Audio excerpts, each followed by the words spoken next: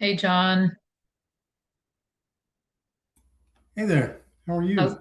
good? How are you? Doing well. I was just trying to get some homework done, or not homework, get ahead of schedule, I should say. Oh yeah, I yeah, was just, cause you're going to the air show this weekend, yeah, right? yeah, going tomorrow. So I was just taking the, what was it? Oh, the density altitude class. Yeah. So got a little deep in some theory there. So I had to Okay, some equations. So yeah. Well, we're gonna be covering that yeah, tonight too. So that'll be if you've good. got questions on it, so yeah, for those of us who are joining, we'll get started in 3 minutes. But how tonight's gonna work? I'm running tonight. Nick has other things to do today, so we're gonna cover a couple topics, and then we'll get into questions like in about anything that you have. We'll do some homework questions first, then we'll do the topics, and then we'll get into like general questions about what any topic that you guys want to go over. And then if we have time, we'll maybe do a little giveaway game if we have time. But yeah, we'll get started in about 3 minutes. So the reason we broke it up kind of this way and why we have topics this week is just aerodynamics is just a um, big topic, and we just wanted to give each topic a bit of time to go over, so that we didn't overwhelm you guys with things. That's why we kind of broke it up a little bit more this week, just because aerodynamics can be it's a pretty big topic, so we just wanted to make sure we gave each item enough time and able to digest for everybody. So, Yeah, it was good. hmm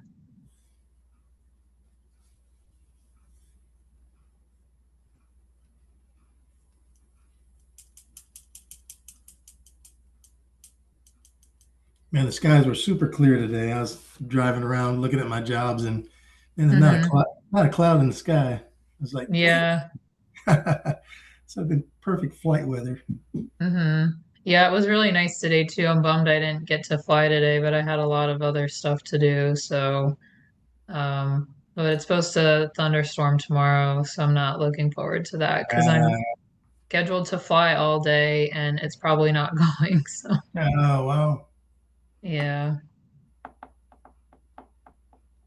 it's kind of a bummer. Yeah. Wow. Now, I was talking about different ceiling heights. What's the ceiling height on the on your 210? On the 182, Oh, 182. Okay.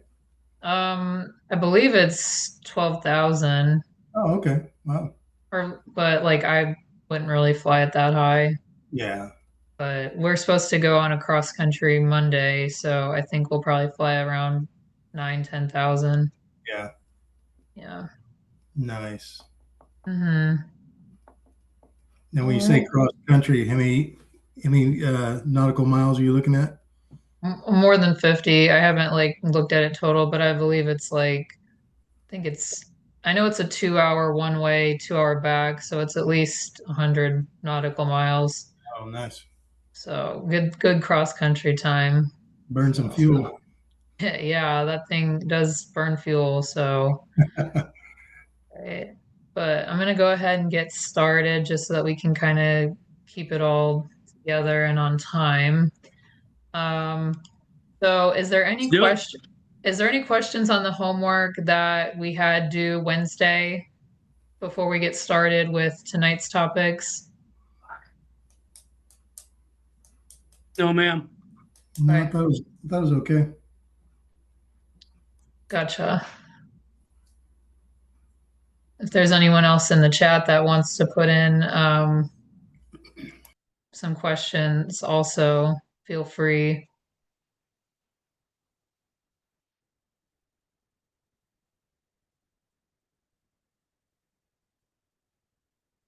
Give it another minute and then we'll jump right into everything else. Quiet group tonight. Yeah.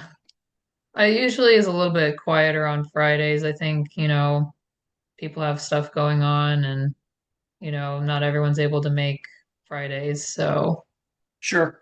I think that's probably why. I didn't want to be one of those people. So I did my best I did my best to eat and get out here because I didn't want you to, well, I just to show that we are interested and we want to listen and learn. Just Oh, that you're simple. good. And I I mean, mean, yeah, if people can't make it, they can always watch the recap too. So, well, and that is a positive on that. And yeah. I was a military instructor for several years.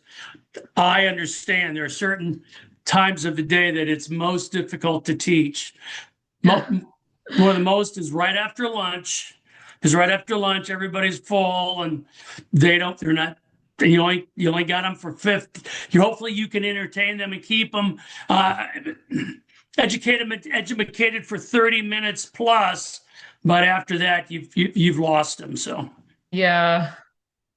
it's not an easy task. Yeah, no, for sure. But like some people, it might be dinner time for them. Sometimes some people like they might just be getting right off of work. So, you Well, know, that's true. That's right. It totally is good. 1907. So All right. I'll just give it another minute. If anyone has any questions, I know there's a couple people that just joined. Any questions from the homework on Wednesday, any of the topics? Some of them should have been straightforward. I know a couple of the some of the aeromedical stuff can get a little confusing sometimes too, but it should have been pretty straightforward. Um, but I'll just give it another minute to see if there's anybody in the chat or if anyone wants to come off of mute if they have a question about Wednesday night's homework. And for those of us joining tonight, we're going to be doing a couple topics tonight, and then we'll open it up for a Q&A of just any of the homework topics, any topics in general that we've covered so far. And then if we have time, we'll do a giveaway at the end of the lesson or after the Q&A.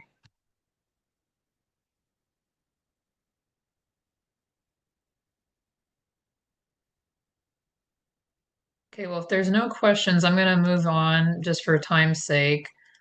So these are our topics tonight. So Nick and I had discussed earlier in the week that we were going to break up this week just so that we didn't want to overwhelm you guys because aerodynamics is a pretty big topic. So tonight we're going to just be covering our left turning tendencies, our adverse yaw, and our density altitude. And the first topic we're going to cover tonight is our left turning tendencies. So during your training, you're going to hear your instructor tell you to use right rudder, and you're going to hear them tell you this all the time, whether it's during takeoff, landing, doing maneuvers, that sort of thing. You're always going to tell them, they're always going to be telling you more right rudder, just to maintain coordination, center line, that sort of thing. And you'll use it, but then they will tell you to use it more and more. And you're kind of just stuck there wondering, well, why are we always needing to add right rudder? Yeah, step on the ball. That's right, Jay. And for single engine propeller aircraft, like the ones we fly in training, there are several factors that can contribute to our aircraft wanting to yaw to the left without any pilot input. And so what happens is to counteract this left turning tendency, we just need to use right rudder. And there's four types of left turning tendencies that we will see in our aircraft. We'll talk about torque, gyroscopic precession, asymmetric thrust, and spiraling slipstream. And these are noted the most during high power, low airspeed, and high angle attack operations. And in the chat, I want you guys to tell me when are we going to be in a high power, low airspeed, high angle of attack condition?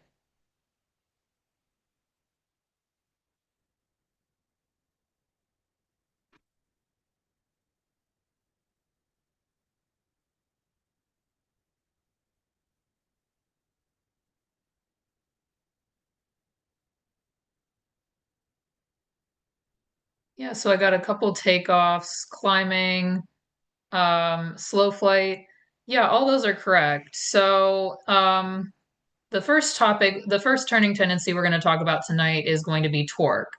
And torque is the turning force about an axis. For pilot, torque starts from the propeller shaft is of importance because of the resulting force applied to the aircraft. So the propeller spins about the propeller shaft, which connects to the engine at the front of the aircraft. And the American-made single-engine propeller aircraft have their propellers spin clockwise. So when you're seated in the pilot seat, when you're looking at the propeller spins clockwise. So according to Isaac Newton, every force has an equal and opposite reaction. So when the aircraft propeller spins clockwise, this makes the entire aircraft want to spin counterclockwise or roll to the left. So as you can see here by this picture, we have the propeller spinning clockwise. And as you can see with Newton's third law that we learned about the other night, with every action, there's an equal and opposite reaction. So as you can see, the whole aircraft wants to yaw to the left based on the propeller spinning clockwise. And here's just a good little graphic depiction of what that looks like in motion. So as you can see here, we have the action of the propeller going to the clockwise direction, and then we have that opposite reaction of the aircraft wanting to move to the left, as you can see here by the wing dipping a little bit. Next, we have our gyroscopic procession. So this is when a force is applied to a gyroscope.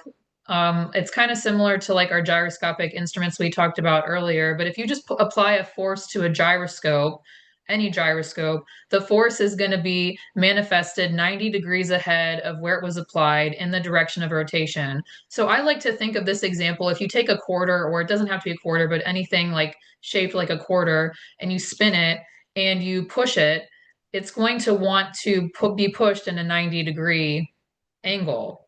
So when you get like when we're done with class tonight, if you want to like try that out at home, you can kind of spin the quarter and see if you push on it, it's always going to want to go in the 90 degrees of where the force is applied.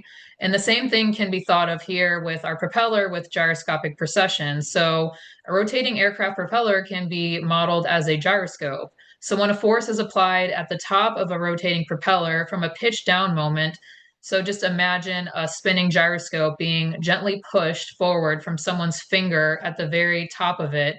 The resulting force is applied 90 degrees ahead of the rotation on the right side of the 3 o'clock position of the propeller relative to the pilot's seat.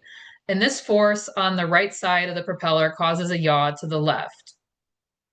So as you can see here, you mostly feel gyroscopic procession in like a tailwheel aircraft. You kind of feel it a little bit. You don't really feel it as much in like a tricycle gear aircraft like you see here. But as you can see with the we have that resultant force being pushed down on the bottom, and then it gets pushed in that 90-degree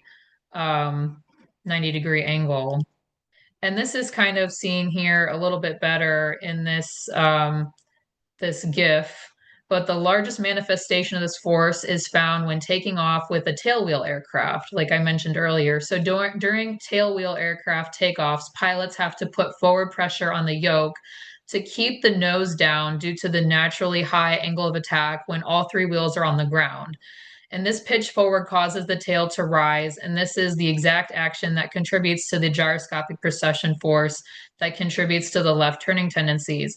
The pitch down is applied 90 degrees ahead and causes the aircraft to turn slightly left on the rotation. And I can tell you this from experience because I have flown in a tailwheel aircraft, and you do feel that gyroscopic precession a lot more because of that weight on the tail wheel. So when we take off with a tailwheel aircraft, we want to push down because we're getting pulled in that 90 degrees of the rotation because of gyroscopic precession. So that's why we want to pitch down when we're in a tailwheel because of the effect to get the tail to rise and not have as much of the gyroscopic precession effect. So just something to keep in mind if you ever decide to fly tailwheel airplanes, and you should because they are fun. Next, we're going to talk about asymmetric thrust, or P factor. So P factor is due to the shape of the airfoil on the propeller and the different angle of attacks each propeller blade feels when the aircraft is pitched up. So just like a wing, the propeller blades are designed to cut through the air and create a lifting force just in the direction perpendicular to lift of the wings, which is thrust. So when the aircraft is at a high angle of attack, the forces that each side of the propeller are creating are asymmetric. The right side of the clockwise spinning prop, when traveling down from the 12 o'clock to the 3 to the 6 o'clock positions, has a higher angle of attack, angle of the relation to the relative wind, than the left side. And so basically when you're thinking of like P factor, people will say, well, the bottom blade is going to be taking a bigger bite of the air, is another phrase that people like to use, um, which can be depicted here. So from our understanding of lift, we will know that higher angles of attack create more lift. So in the case of the propeller, the right side of the propeller is creating more propulsive force than the left side, which causes the aircraft to want to yaw to the left. I like to think of this as during high angles of attack, the right side of the spinning propeller is taking larger bites of air and thus getting more oomph out of the propeller rotation than the left side. And that can be seen here. So we have the bigger force on the top as opposed to on the bottom, and that is why we have that P factor there. So there we have a larger angle of attack on the bottom than we do on the top, and that's depicted here with this image. So as you can see, we have a larger angle of attack as opposed to the top. And so what happens is, due to that larger bite of air, it's wanting to yaw the aircraft to the left.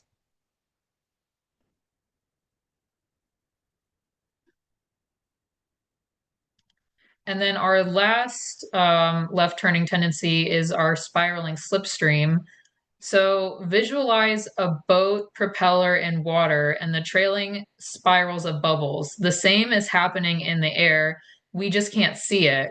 So spiraling slipstreams are just vortices of air that come off the propeller and travel down and around the fuselage, where it eventually comes into contact with the left side of the vertical stabilizer, as seen here, causing the tail of the aircraft to push slightly to the right, and then the nose is going to become slightly to the left. So it's going to yaw to the left because of that slipstream from the propeller. So we have the propeller air coming over and slipstreaming and spiraling over our aircraft, hitting our vertical fin and causing us to yaw to the left.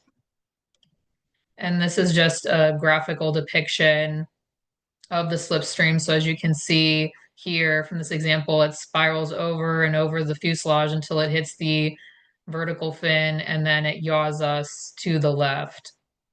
And so now you're going to say, well, how am I supposed to counteract these turning tendencies? Well, you just need to use more right rudder to counteract these, because if your aircraft wants to yaw to the left, you're going to need to use right rudder to counteract these. And that's how you're going to counteract these anytime you're in flight. And with spiraling slipstream, you feel this mostly in the air, and the majority of the other turning tendencies, you can all feel those mostly on takeoff or climb out.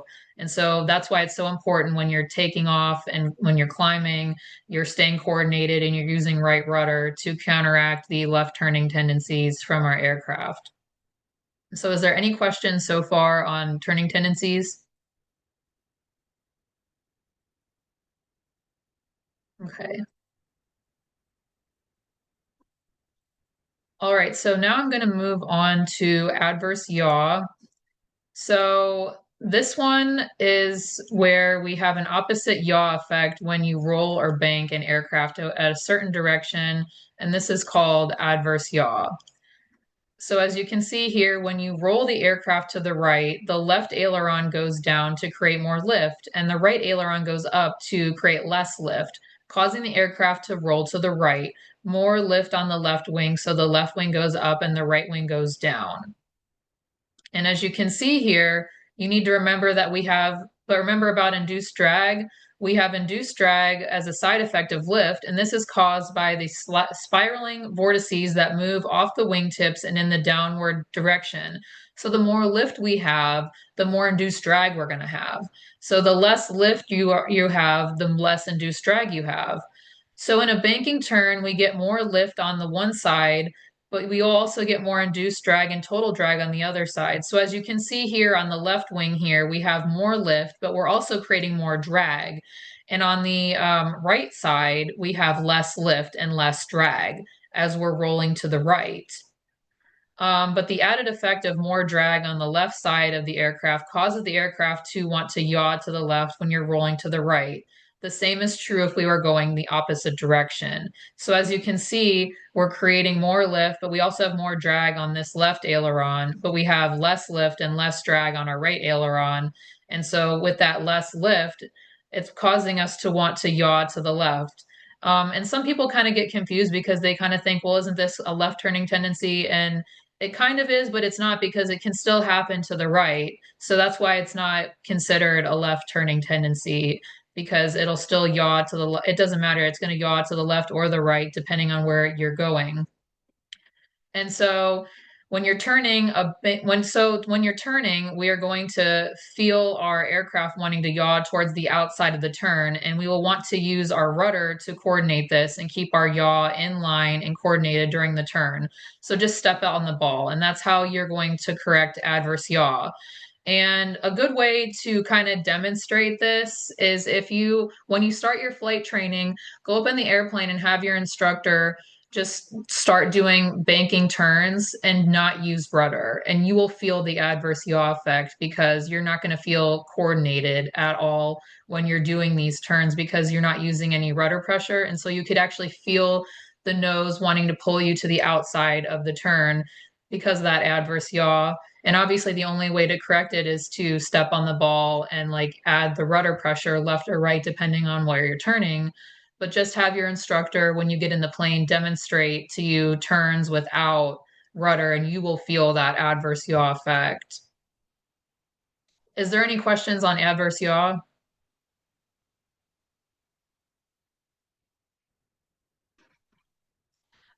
It depends, John. So whatever it takes to get coordinated, you might need more pressure or less pressure depending on, the amount of bank you have. But just enough to make your ball centered is all you really need. But sometimes if you're going super slow, you might need more, but if you're going faster, you're probably not going to need as much. Did that answer your question? Okay.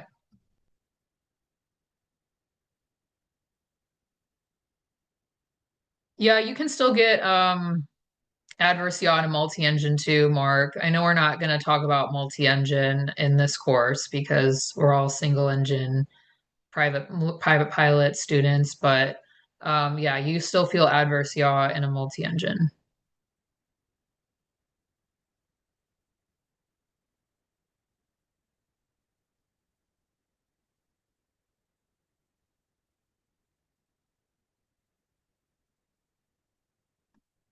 Okay, so I'm going to move. Sometimes a multi-engine has the turn.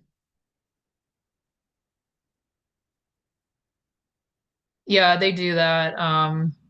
Sometimes you have an opposite motor but sometimes they turn the same direction, which is called, what do they call it, a critical engine or something like that? Yeah, so there's I'm like blanking on it. So there's counter rotating props, which is where one spins to clockwise and the other one spins counterclockwise. Yeah. And then there's conventional, where both engines spin to the left. Yeah. And so that's the one where it has a critical engine. In that case, a conventional twin, the left engine is going to be critical. We're not going to get into that because it's really confusing for, time's sake. But that's why you'll feel it more if you lose your left engine, whereas opposed to like the Seminole that I flew, it has counter rotating props. So neither engine is critical if you were to lose it, just because one spins to the left and the other spins to the right. Right. Yeah. All right. So our last topic tonight we're going to talk about is density altitude. So just like with pressure and temperature, density has a lapse rate, and it decreases with our altitude, as you can see here based on our chart here. And our density altitude is defined as pressure altitude corrected for non-standard temperature. And another way to describe it is the altitude in the standard atmosphere corresponding to a particular value of air density. A third way to look at it is that density altitude is simply just a measurement of density in the air that is converted into an altitude.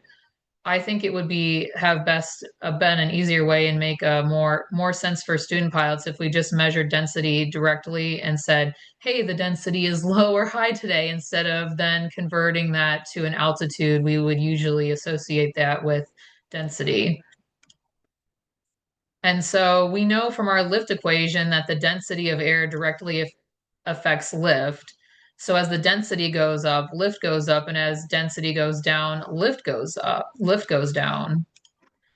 And density has a direct effect not only on the performance of the wings, but also the performance of the engine and the propeller, because there's less air molecules for fuel to mix with a create with a create with to create combustion. And there are less air molecules for our propeller blades to cut through and create thrust. Remember, our propeller blades are just like wings, creating lift, but in a different direction. And this can cause landing distances, takeoff distances, fuel consumption, and lifting ability to be all affected by a change in density altitude. So as you can see here by this picture, density is just mass per unit of volume. So in terms of air, you can describe density as a measure of how tightly packed the molecules of air in a certain volume of space. So a good analogy to flying through more or less dense air is like swimming through more or less dense water. Swimming through higher density water like salt water in the Mediterranean is easier than swimming in fresh water because you float more in the higher density salt water. The same is true for aircraft and air. Aircraft perform better in high density air because, as you can see here, with more density, we have more air molecules, and when we have lower density, we have less air molecules. And density going down reduces the performance of our aircraft in several ways. And so we look at these as increased temperature, increased humidity, and a decrease in pressure. So on hot, humid, low pressure days, it can be extremely difficult to take off, climb, cruise at speed, reach certain altitudes, and stop on landing, etc. And an increase in temperature can cause a decrease in density. And temperature is a measure of the kinetic energy of molecules.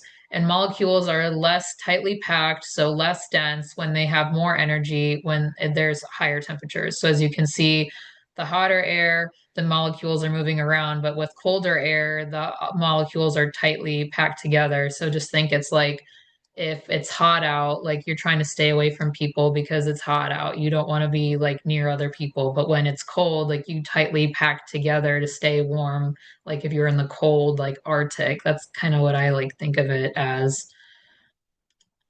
But then we also have an increase in humidity, which causes a decrease in density.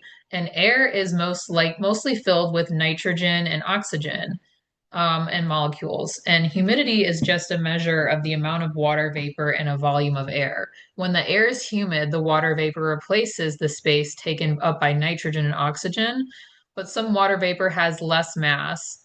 But water vapor has less mass, and therefore a humid volume of air has less mass and therefore less dense than a non-humid volume of air. So density equals mass over volume.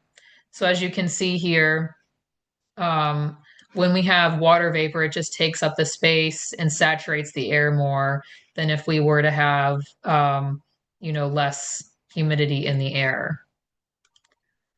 And with pressure, we have a decrease in pressure causes a decrease in density. So pressure is the measure of the forces exerted on the outside of a container. Molecules are more tightly packed when under higher pressure and less packed, less dense under lower pressure. So as you can see, the left side has lighter pressure, so there's less air molecules tightly packed together, so there's less weight or force on it, as opposed to the 30.92 inches of mercury in this higher more dense, tightly packed together air molecules on the right. And so a good mnemonic to remember what increases your density, altitude, and thus negative affects your performance is height, heat, and humidity.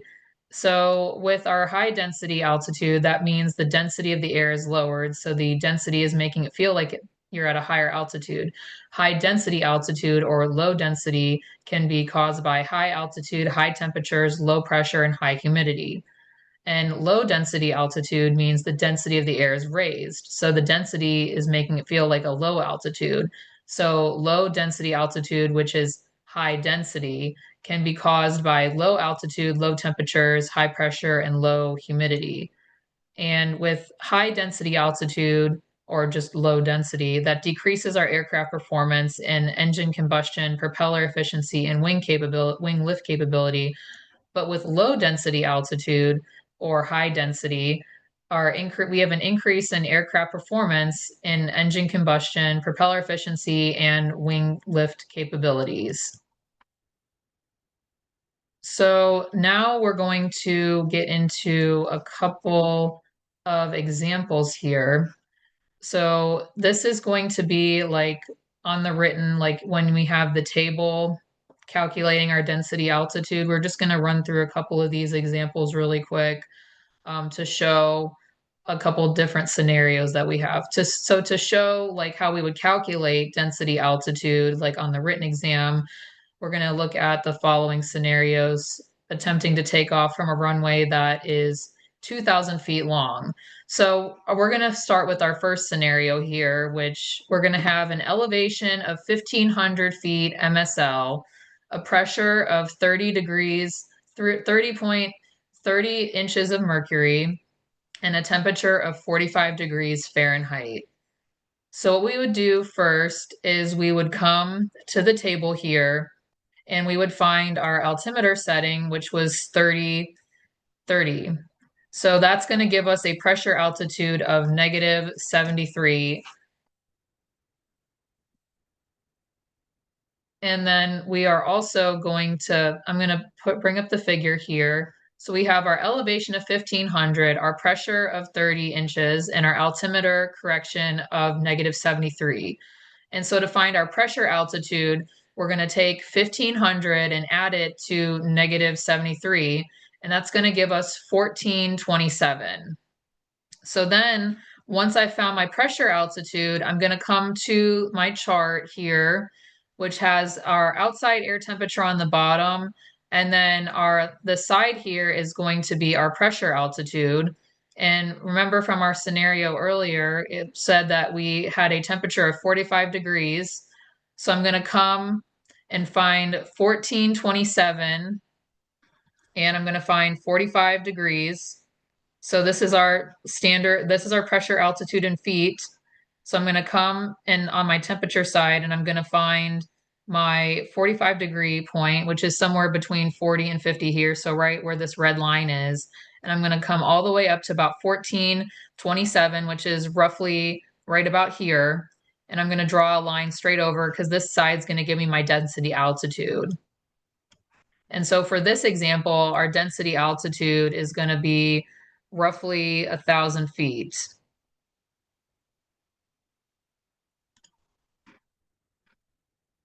Does anyone have any questions on as to how I got that?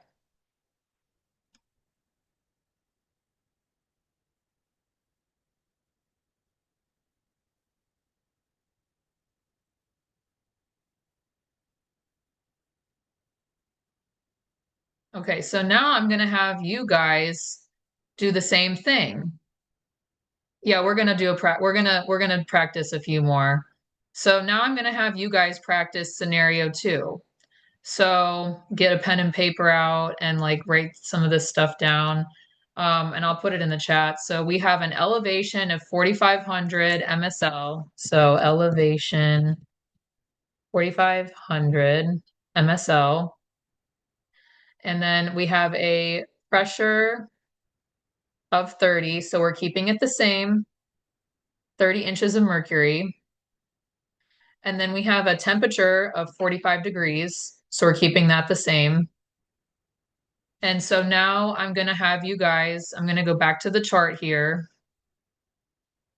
And I'm going to go to a blank one. So now I'm going to have you guys figure out what our pressure altitude is. No, what our density altitude is, sorry.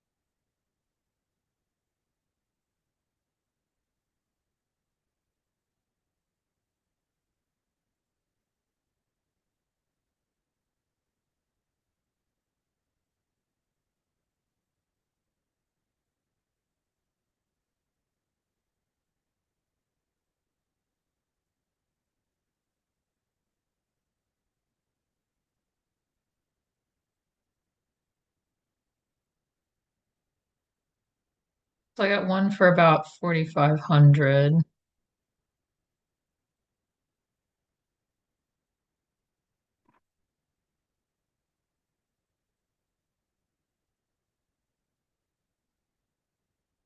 Yeah, so it's going to be around 4,500 because if I take if I come here to my pressure altitude on my altimeter setting, it's going to be 30. And then I get negative 73 again. And then I would just subtract 4,500. I would add 4,500 to negative 73.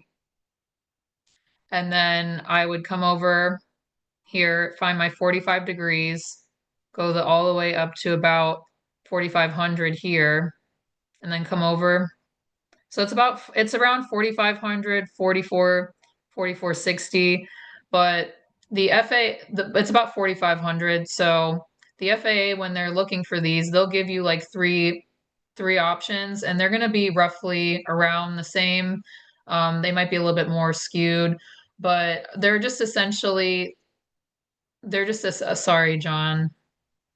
But we can go over another one again. But yeah, you guys all had around the same spot because we had a negative pressure altitude, and so that's not really going to make much of a difference. So the density altitude is not going to be much different than our pressure altitude in this case because we had a negative pressure altitude. So it's going to be roughly 4,500 for this answer here, but you guys all got it. Good point, Eva. The testing supplement book that we got in the mail, the chart is on page 2-8. So I don't know if maybe you have that on hand, John. Um, I can maybe try and maybe I can try and zoom in on my screen a bit. No, you're fine. It's just I've got a small screen, so Okay, sorry. my my But yeah, computer we can my go, computer's really slow, and my Surface is actually pretty quick. So, but what page did you say 2-8. in the supplement or the? Yes, the testing supplement. Yep. But yeah, you guys did a good job with getting 4,500.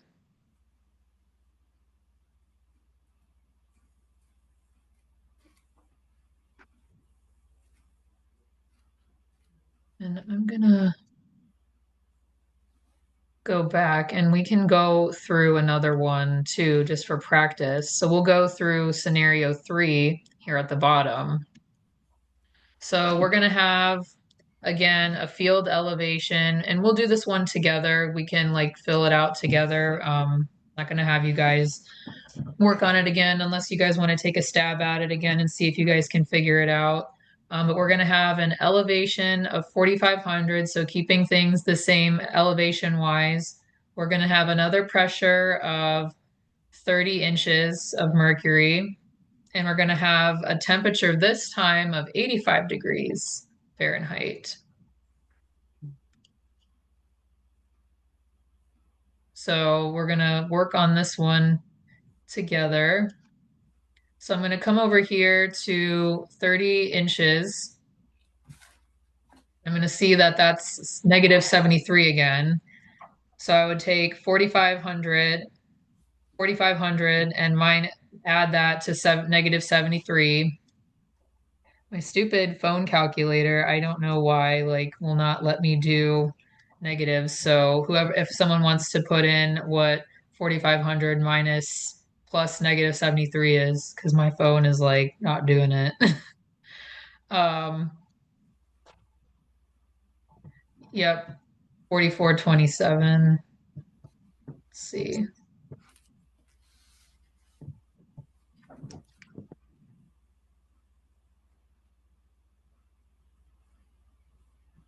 Yep, 4427.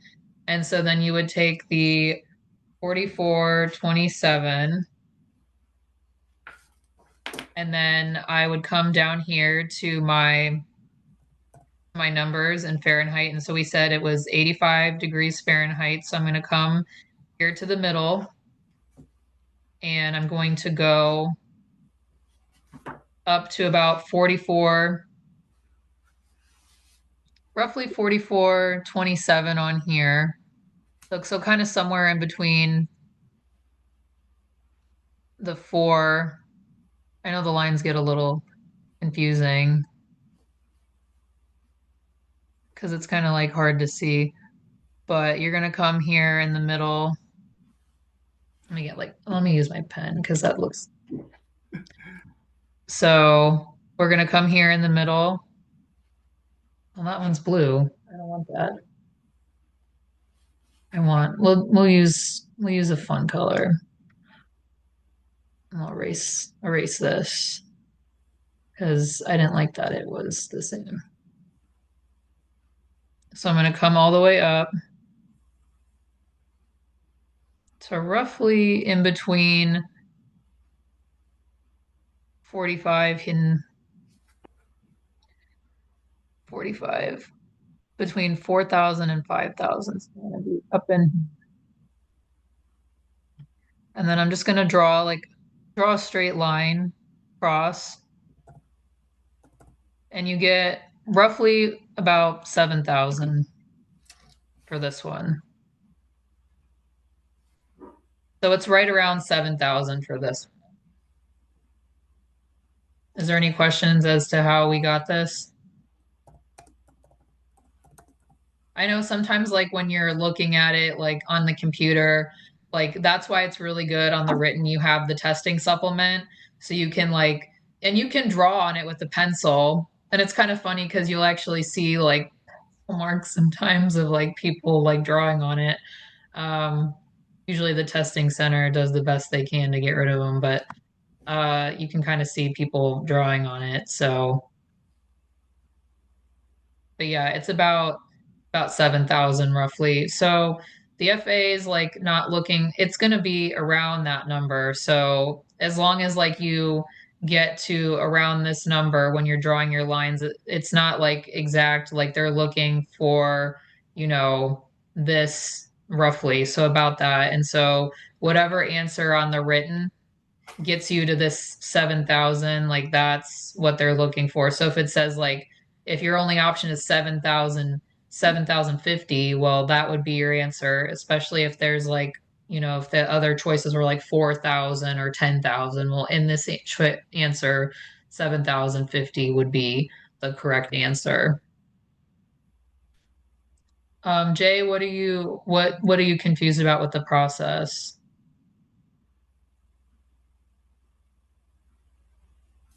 No, I was simply stating that the FAA is more interested in the process. And if you know the process, the answer should come. So they want you to know what is your thinking behind to resolve the density altitude question. I guess Correct. that's okay. Yeah, they're looking more for like your thought process than, like just trying to get to about the right answer. So like if they gave you, like in this example, if they gave you an answer choice of 10,000, 4,000, and 7,000, well, obviously your answer in this case would be 7,000. So because they're just looking at the process, like can they convert um, to pressure altitude, subtract it by the elevation, use the bottom chart here to figure out, okay, like my temperature was 85 and like I got a pressure altitude of 4,400 and then draw up the lines and figure it out from there. So that's all they're really looking for in this example. And yeah, we'll get to some more examples as well. I'm just going to finish up the rest of the lesson first, and then we'll get to some more examples again. Yeah, all the written test questions, Mark, are multiple choice. All right, and then we're just kind of showing you here when you're taking off a 2,000-foot long runway and we have a pressure altitude of 1427 and a density altitude of 1,000 from the first scenario, our takeoff ground roll distance in this case is going to be 950 feet. And we figure out our takeoff ground roll distance based off of our charts in our POH. So in Piper, they give us these really nice charts. With Cessna, you kind of have to interpolate and do a little bit of math, but that's how you would get your takeoff ground roll distance.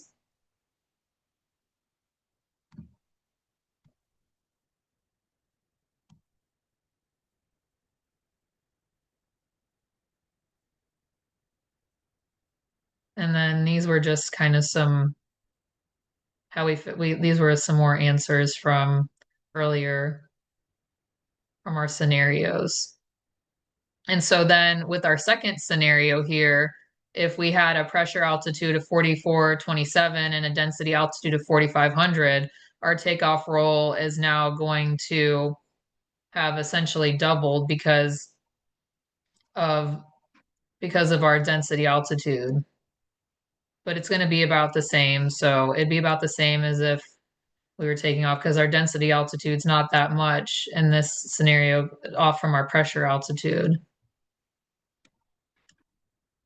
And then with our third example here with the 85 degrees, like we calculated earlier, so we have our 4,500 and then we have the pressure altitude again of 4,427 and the temperature of 85 degrees Fahrenheit. So yeah, we got about 7,000 feet of density altitude. As you can see here, so when we increase and we have the increase in elevation and the increase in temperature to both realistic values of just 4,000 and 85 degrees, we have nearly doubled the distance it will take us to take off. So in other words, our performance has been cut in half because the high elevation and high temperatures lowered our air density so much. So our climb performance will also be decreased by this amount, and we will have to be able to climb at nearly half. We will only have half the rate of climb, making clearing obstacles and reaching altitudes much harder. So as you can see, even with that 30-degree difference with our temperature, it really made a difference because our density altitude is so much more. So our aircraft thinks we're at 7,000 feet, even though our pressure altitude is only 4,427. So our ground roll is going to be 1,760. And this is especially going to come into play, and we'll get more in depth, like with like the ground roll and the climb performance when we get to performance charts. But all you need to know here is that with our with a higher density altitude, we're going to need more runway, and in order to have in order for our plane to get off the ground, because now I'm going to need at least for like a margin of safety, at least like double like 2,000 in order to safely take off. I mean, realistically, you could take off on this runway, but would you want to? No, because if there's any sort of margin of error, like we're still learning, we're private pilots, we're still learning how to, take off the ground. What if your aircraft's like not getting the same amount of performance? What if there is like a tree at the end of this runway here? You might not be able to clear it based off of the climb performance because our climb performance is essentially cut in half. And like I said, we'll go into more detail about the the why with like the ground roll and how to calculate that and the climb performance when we get to our performance charts. But all I want you guys to know is that, you know, even just increasing our temperature by 30 degrees, we're essentially, doubling our runway distance that we need in order to climb out safely because our aircraft thinks we're at 7,000 feet as opposed to the other example before, our aircraft thinks we're at 4,500 feet. So that's a pretty big increase in significance for our aircraft. So is there any questions on tonight's like mini lesson about turning tendencies, adverse yaw, density, altitude?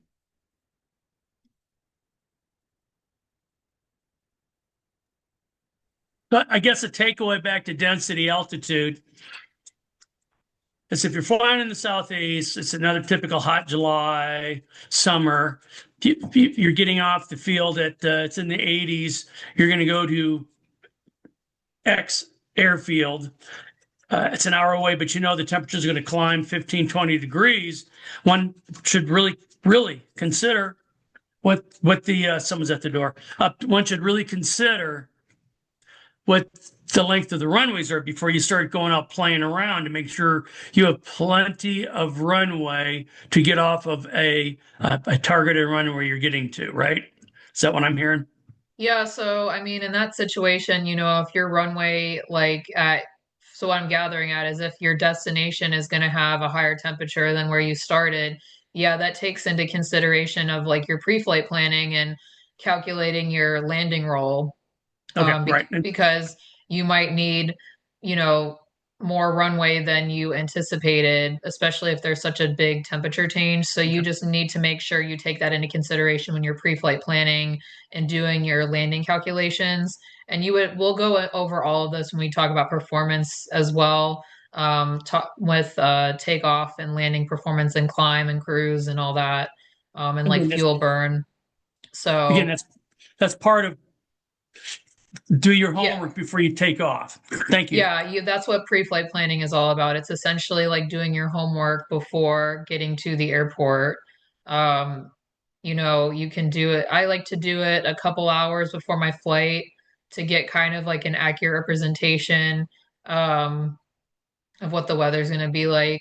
You can kind of do it a little bit the night before, depending on, certain factors, but like to get the most accurate, you're going to want to do it like a few hours before your flight.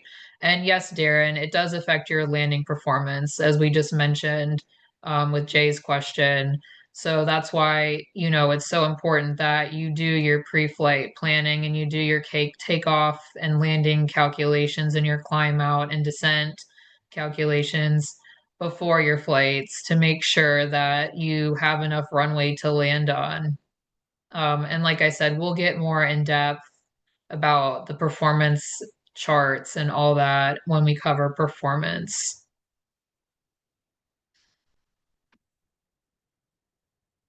Yeah, no problem. Um, so I can go ahead. Let me go back to the chart. If you guys want, we can go over another example and I can give you guys a scenario here. Let me just think of one really quick. So let's say that I have a field elevate, not field elevation. So we'll just say an elevation of 6,000 MSL, and I'll put these numbers in the chat. And our altimeter setting, or our altimeter setting in this case is going to be 29.1, and our temperature is going to be we'll call it 50 degrees Fahrenheit. So I'm going to put that in the chat. So we have a field elevation of 6,000 feet MSL, and then 29.1 inches of mercury is our altimeter setting. And then we have 50 degrees Fahrenheit is our temperature. What's going to be our density altitude?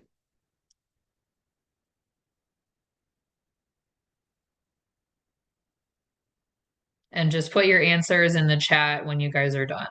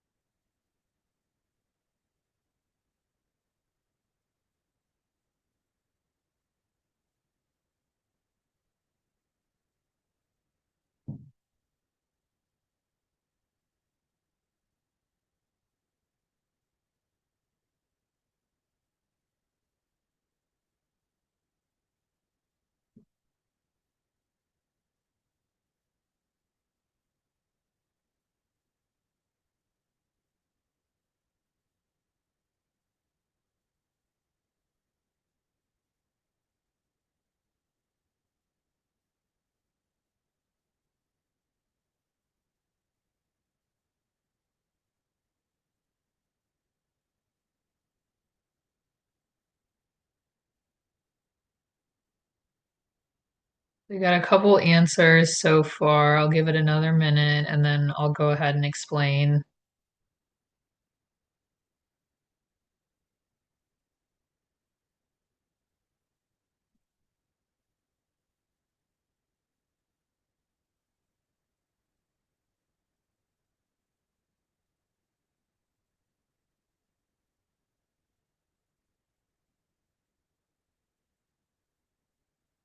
Yeah, so for those of you who got around 71, 7,200, you guys are correct. And so how we got this is we took, and I'm going to type in the chat because my handwriting is trash. So, but I'll draw the lines to kind of show you guys. So you would take 6,000 and you would come onto the chart here, get my pen, and we would, I don't know why it wants to default to the eraser all the time, but we would come here to 29.1 and we would see that we have 768 for our pressure altitude conversion. So what I would do then is I would take 6,000 and I would add 768 to that to get 6768. And then I would come down here to my temperature and I would come down here to 50 and I would draw my line all the way up to 67, 68. So we'll go all the way up to roughly about here because we're right between here 6,000 and 7,000. So right about in here. And so then I'm going to bring my line over. And I know it's not straight, but it would be just right above 7,000. So we would call that either 7,100 or 7,200 because we're not quite above like 7,300. So yeah, it'd be roughly 7,100, 7,200. So in this case, if you were to see, your answer choices would probably be like 7,100, 4,300, 8,300. Your answer choice in this case would be 7,100 if it was given to you like that on the written. But is there any questions on how we figured this out? Do you guys want to go over another one? I know there's only like so many like scenarios I can give you guys, but if you guys want to go over another one, we can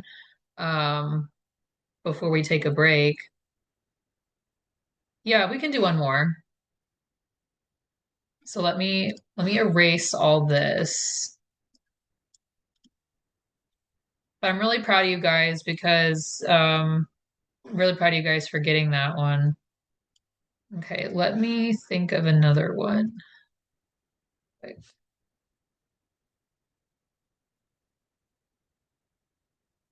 Okay, I'll do a high desert one. Okay.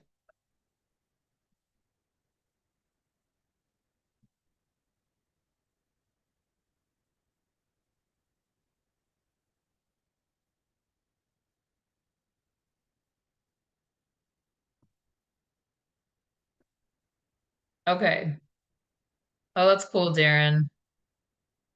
All right. So since Darren wants to go super high, we're gonna go to 8,000 MSL. Then we're gonna have an altimeter setting of 28.5. And then our temperature is going to be 82 degrees Fahrenheit.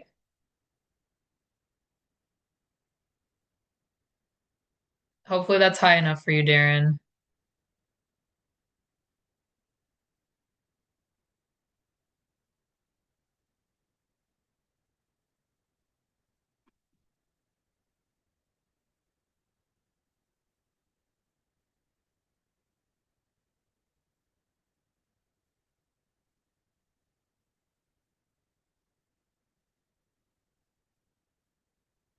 Yeah, that's pretty high pressure, Darren.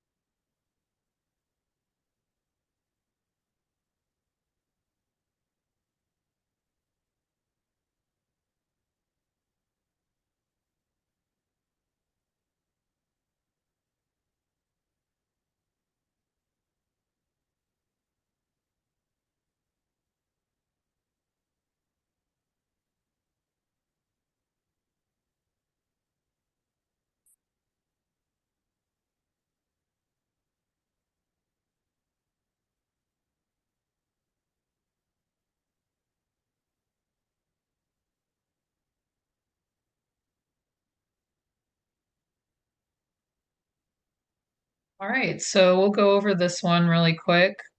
So first we had our field elevation of 8,000. Then I would come over here to 28.5, and I would see that we have a pressure altitude conversion of 1340. So then I would add that to 8,000, and that would get me 9,340. And so then I would come down here to my temperature and I would eyeball because obviously this line here is 85. So then I would come to probably right about here and I'd draw my line all the way up to, I know it's not straight, sorry about that. I would draw my line all the way up to 9340. So I'm going all the way up to roughly like between 9 and 10. I know it's kind of hard to see even like that. So then I'd come all the way over here and I'd be about 12,500. So I'd be about 12,500, 12,600. So if you guys got that, you guys were right on the money there. It's okay, Darren. I know sometimes it's kind of like hard. You really have to kind of like be mindful. Like even sometimes I get a little like tripped up when I get to like this part because like it kind of gives you that like a weird like optical illusion. Like you think, oh, I'm in the wrong place, but in reality, like I'm right where I need to be. Yeah. So is there any questions on how we got this one?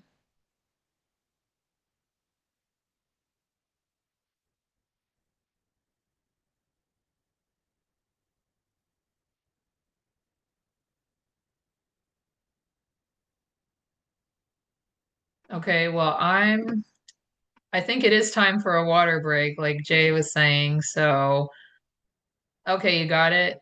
Okay. I'm glad, Rob. I'm glad we were able to do some of these problems together. Okay, I'm glad you saw that too, Jay. Yeah, and the more you practice these, you guys, the more you guys will get really good at them.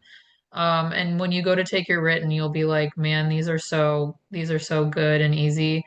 Um, and like that's what I want you guys to feel when you take the test, that like that you feel like you can, they're so easy, like, oh, I got this. Like give me all the density altitude chart questions because it's pretty simple, and I'm not a huge math person, so like when I have like I'm really grateful that the FAA gives us lots of charts on the written test. So but yeah, if there's no more questions, let's go ahead and take a 5-minute break. When we come back, we will do a Q&A just of any topics that you guys want to cover, whether it's like previous topics that we've covered before.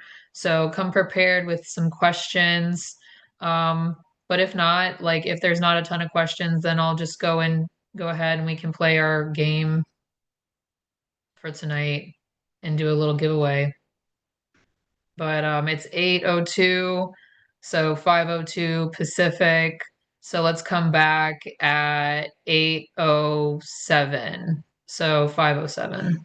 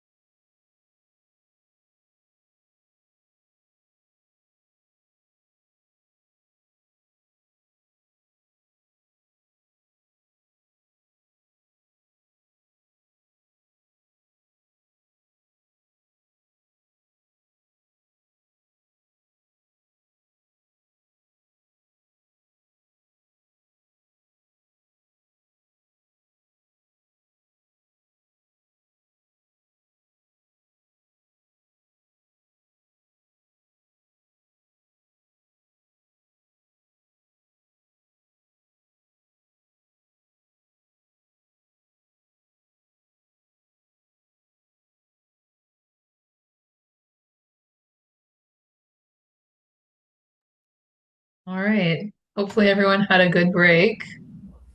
Had to get my glasses. Oh, you're good. I just So found what? some of these charts are small. Yeah, no, I hear ya. Like, I remember when I was first learning these, like, it would always trip me up because, like, the lines are at an angle, and I'm like, oh, so like that would really like mess me up sometimes, but you just really have to like look at it super hard. And it's so much easier when you have like a piece of paper you can like physically, for me personally, I like to have physical paper things. And so I like to be able just to draw like with my a ruler or straight edge. Yeah. Yeah, Yvonne, I agree. Even in the book on page 193, the lines are really faint. So Hmm. hard to trace them up and back. Yeah, the test like the book that they give you like it's pretty good to see, so Yeah. hopefully like you should be all right. Um yeah, Eva, that's a good point. So if you use a straight edge or a ruler, that would probably also help. I believe they give you a straight edge on the test. They give you a pencil and a calculator. I'm pretty sure they give you a straight edge as well. And then they give you the little test prep booklet thing. Um, okay, yeah, and then they do give you scrap paper, so you can use scrap paper as the straight edge as well. Good point, Eva. Um, not test prep, the test supplement. Sorry, Rob. It's 8 o'clock. So but anyway, I'm gonna open up the floor to you guys. If you have any questions, any topics you guys want to go over that we've covered over the last couple of weeks. I know we've been throwing a lot at you guys, especially this week with aerodynamics. If there's any questions that you guys have had on like some of the homework, this is your guys' time to open up the floor and ask questions.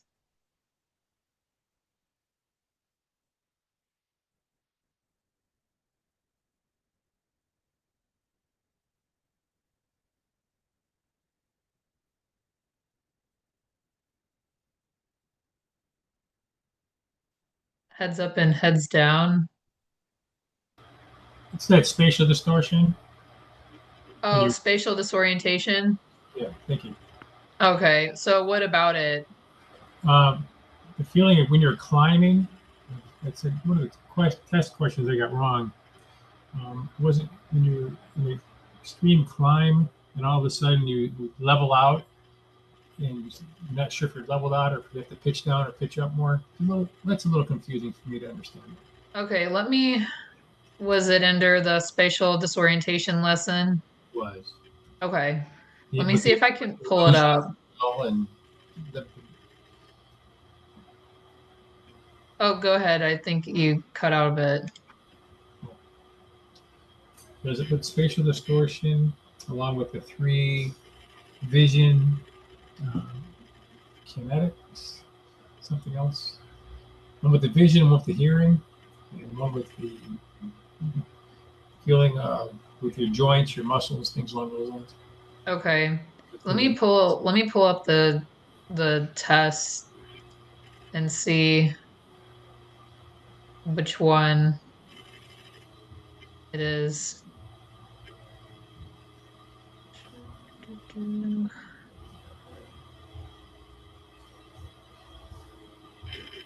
Was it spatial disorientation and illusions, that one? Yes. Okay. Let me see. And then what was the question roughly? Heads up. It was an extreme climb. And how do you feel? Do you feel like you need to pitch down or pitch up? There was two questions. One is heads up and one is heads down. I got those two mixed up. Okay. Was it let's see. Was it which somatographic illusion occurs when a sudden forward linear acceleration is made during level flight such that the pilot senses the nose being pitched up? Yes. Okay. So which one did you think it was? I thought it was heads down. I thought it would be the opposite. Okay. Yeah, no, so Somatogravic illusion, I like to think of that one kind of like with the fighter jets when they take off, like they get that feeling of being like pitched up, so they want to pitch down. And so they push down on the yoke. And so when they're in training, they are taught to like when they're first taking off, they're taught not to push down on the yoke and like keep their hands off the yoke because they don't want to accidentally push down because then they would like nosedive like off the carrier into the water. That's why some aircraft accidents have happened with like in regards to like the military. um, so it gives you that sensation like your head's being pushed back like into your seat. And so it would be heads up with that one because it gives you the illusion of being pitched up in that one, in that case, if that makes sense. It does. And so the pilot will respond by pitching down from level flight incorrectly. So that's why, because with the heads up illusion, it occurs when there's a sudden forward linear acceleration is made during level flight, and the pilot senses the illusion of the nose being pitched up. And that's why they want to pitch down, which is incorrect, because in that case, they would pitch down and like nose dive into the ground, if that makes sense. So that's when I think of the Somia, and it's always so hard for me to pronounce it, the somatogravic illusion. Like Oh, I just think of like the fighter jets taking off on the aircraft carrier and like having that like heads back pitched up feeling when in reality like they need that in order to climb because if they nose down they're going to go right into the water, if that makes sense. yeah. Okay. Was that your only question on that one? Yeah, I thought they were trying to trick us and be the opposite of how you're going to want to pitch the aircraft. But it Yeah. makes sense. If it's a heads up illusion, means you want to pitch. Means you're pitching. You're going up, but you feel like you want to pitch down. Yeah.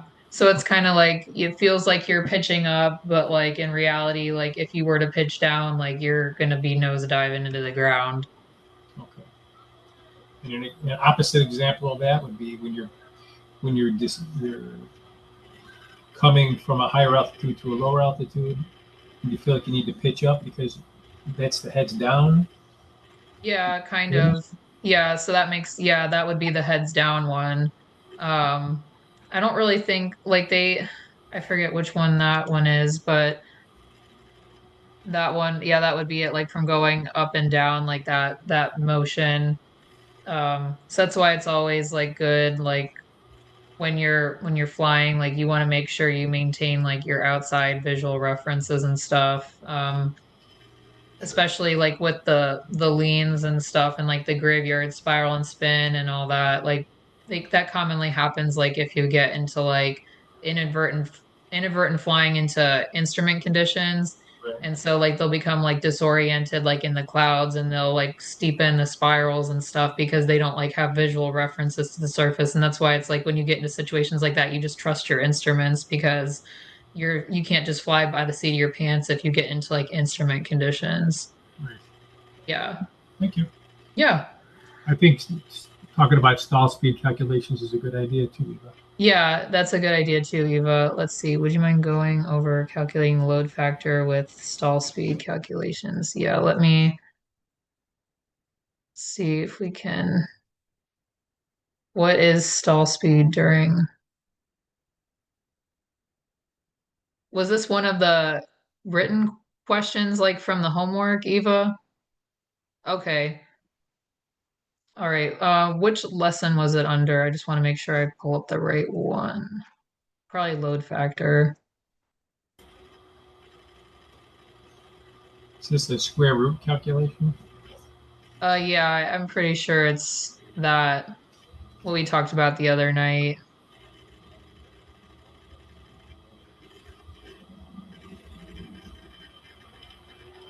Okay.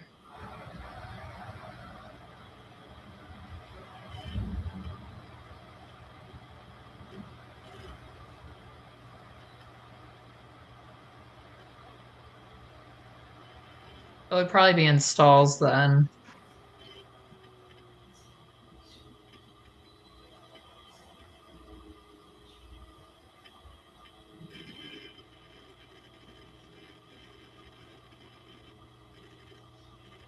Would it be if if the airplane weighs 2,300 pounds, what approximate weight would the airplane structure be required to support a 60-degree bank turn while maintaining altitude? Was it that one?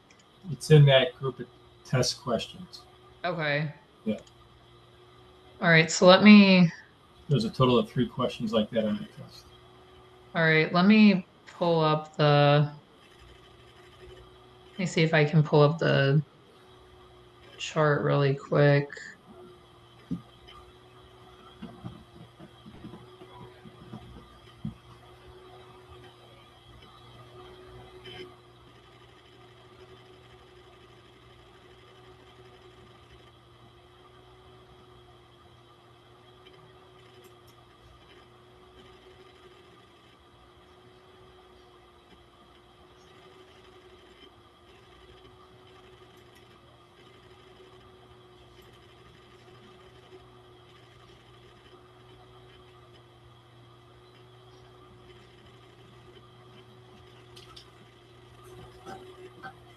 All right, I'm going back to the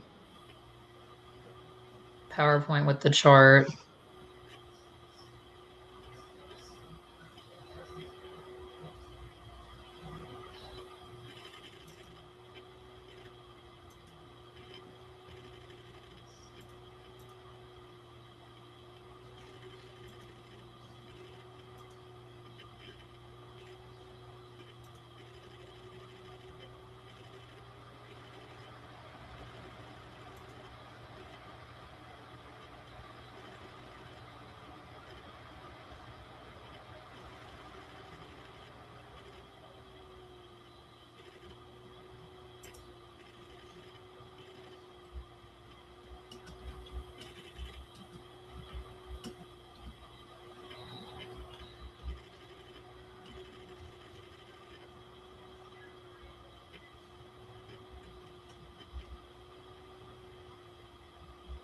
Okay, let me share my screen.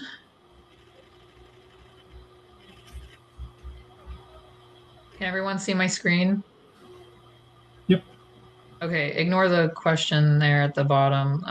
I was trying to like zoom it in as best as I could because this was the best looking chart I could find. So for the question here, this one, it's asking us, so if an airplane weighs 2,300 pounds, what would the approximate weight would the aircraft what approximate weight would the airplane structure be required to support during a 60-degree bank turn while maintaining altitude? So in this case here, we would come to our 60-degree angle of bank, and we would come up here and we would find that our load factor would be 2 if we were to use the chart.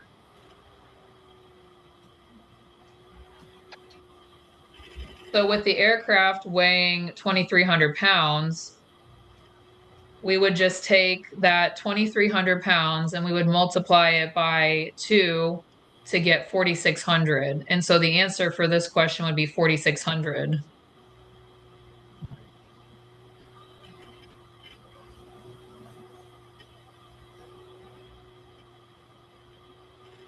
Oh, so are you talking about this equation here, Eva? I'm not sure which equation. The question I put in the chat was from the quiz. I wrote it down. And Jay was right. The answer was 84 knots, but I didn't know how you got 84 knots. Oh, okay. Let me see if sorry, I guess I had the wrong question pulled up. I'm sorry. Oh, no, that's okay. It's good to review them all, but the question I got stuck on was that one. And then there was a similar one that said, what is the approximate stall speed during a 2G load factor when it's Okay. straight and level, 50 knots? All right. So I've got that one. So the first question you had, which was what is the approximate stall speed during a 1.5G load factor bank when the aircraft's straight and level stall speed is listed at 56? So for this one, so the stall speed increases by a factor that's equal to the square root of the load factor. So in this case, we have a load factor that's 1.5. And so we would take the square root. So I think we were talking about this the other night when we take the square root of our load factor. So we would take the square root of the load factor. So we would square root 1.5, and that would give us 1.2. And then we apply the factor of 1.2 to our straight and level stall speed of 56. So we would take 1.2 times 56 knots, and that would give us 69 knots. Does that make sense?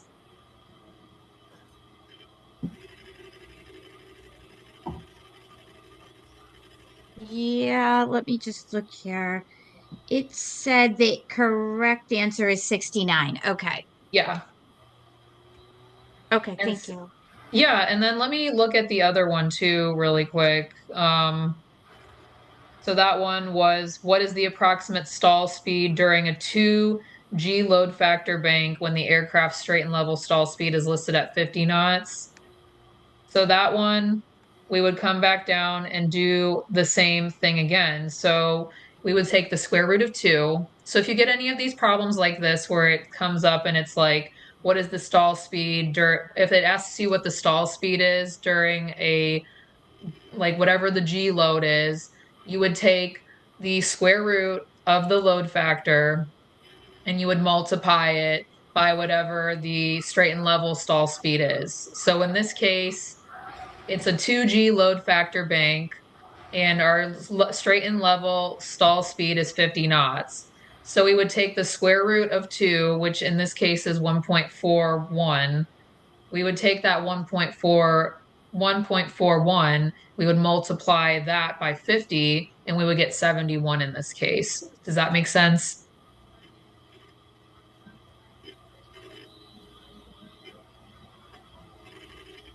It makes So sense just, on my calculator.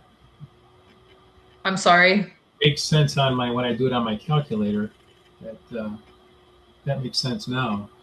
Okay, yeah, we can do some more practice. Let me come up with some problems here. So let me think about it really quick. So I'll just type it out in the chat.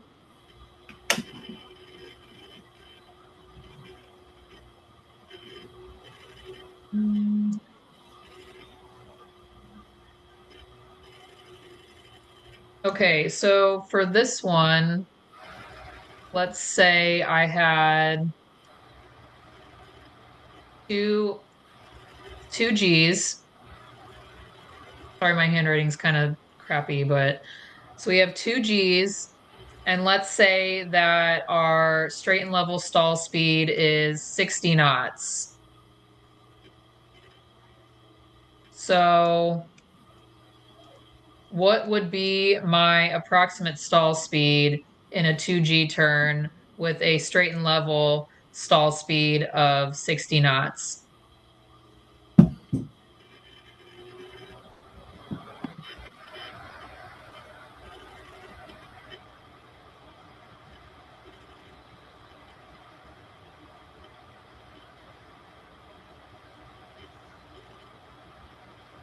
Yeah, so you guys got it right. It's 85. Technically, it's 84.65, but you can round it up to 85 because we don't use decimals with airspeeds. So, yeah, you guys got that one right.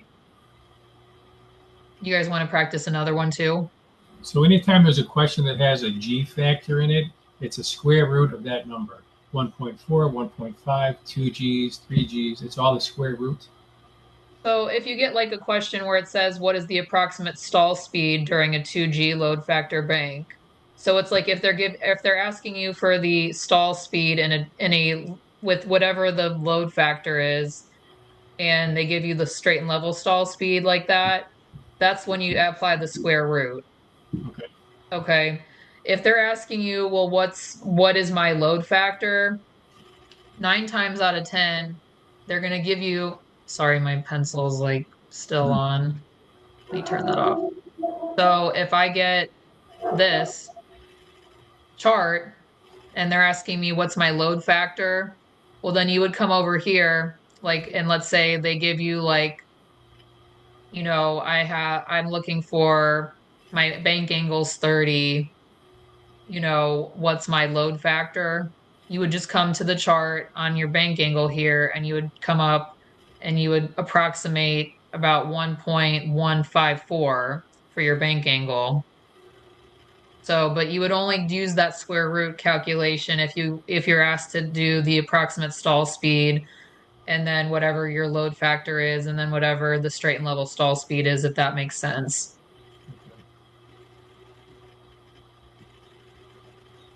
But yeah, we can practice another question. Let me go back here and erase this. We'll do one more and then we can move on unless you guys want to do one more after that. But I think you guys kind of have the hang of it, so. All right. Let's say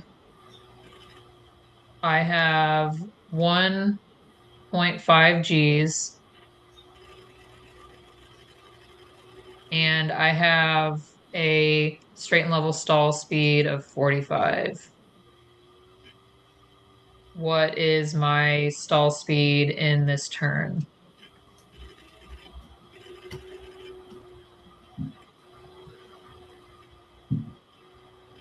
Straight level flight's pretty easy. Yeah, I mean, I don't think they're really going to give you like anything else. Like the questions that you saw like on the homework like that, they're not going to change it up like too much.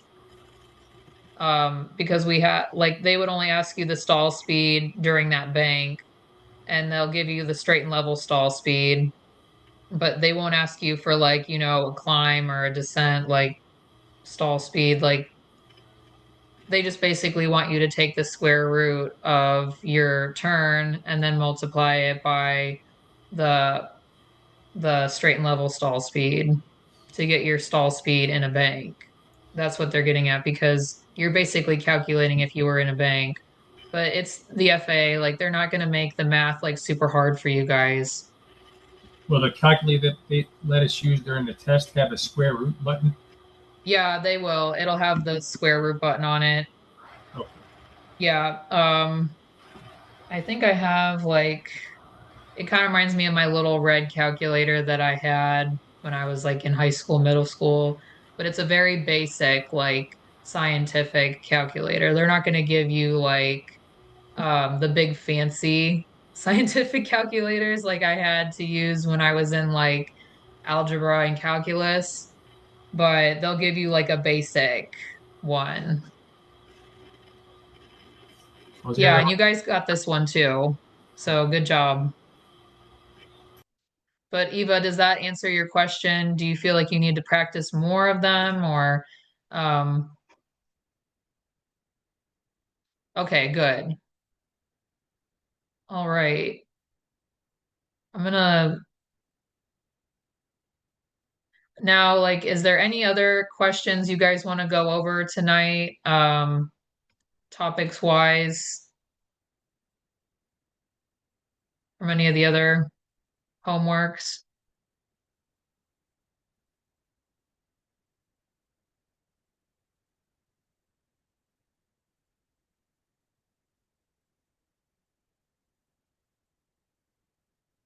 Yeah, I know questions like that can seem a little daunting, but they're not too bad. Um, once you know like the why behind it. And that's what tonight's all about is, going through these and making sure you guys understand.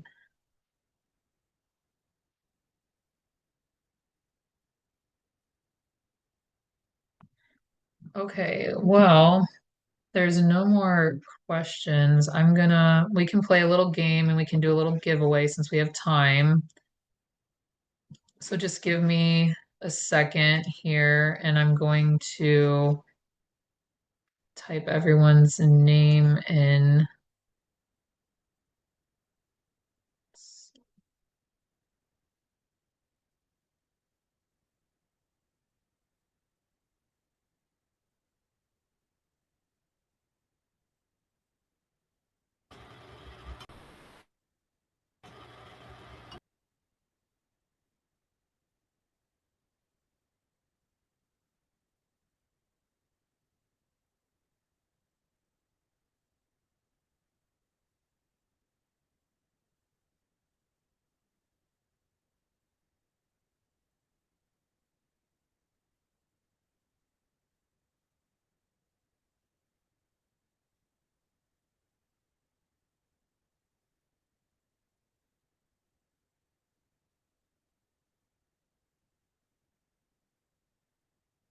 Sorry, I'm not a fast typer, and there's a lot of you guys, so just bear with me a second.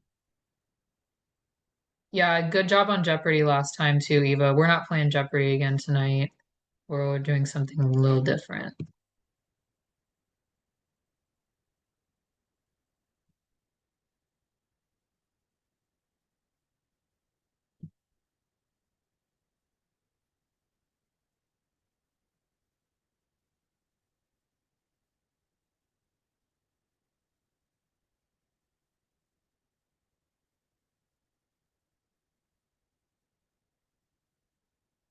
And then Yvonne, can you just type your name? I just want to make sure I spell it right. I don't want to like butcher it.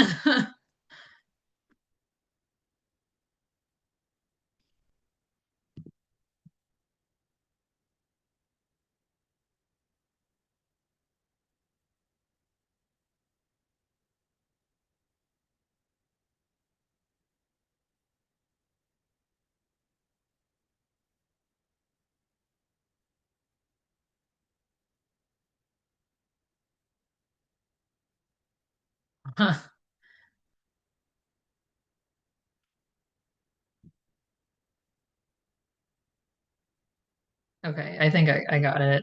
Okay. All right, yeah, that's kind of what I thought it was going to be, but yeah. All right, so I am going to share my screen. Yeah, sorry, Rob, I am slow typing.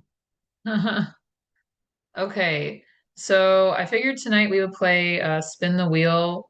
So basically, I'm going to spin the wheel. It's going to land on someone's name, and I'm going to ask you guys two questions. And if you get two questions in a row right, then you'll either win a part-time pilot test prep booklet. If you already have the test prep booklet, he said we could do a t-shirt instead, if you already have that. So, oh, sorry, Rob. But yeah, so I'm just gonna quiz you guys on a couple of the quiz question homework. And I'll let you guys pick a topic when I get onto your name. And I'll put the question in the chat along with the answer. And yeah, so we'll go ahead and get started. But yeah, as long as you get two questions right in a row, you'll win the prize. And if you get one of the questions right, and then let's say you get the next one wrong, then it moves on to another person, if that makes sense. Does anyone have any questions? It's not on the homework, like it's just on any topic. It doesn't have to be like this previous homework topic. It's whatever topic we've already covered. So don't worry about, there's no pressure, like none of that. But like whatever topic you tell me that we've covered, I'll go over that. Yeah, you are on the spot, Eva, if it lands on your name. So be prepared.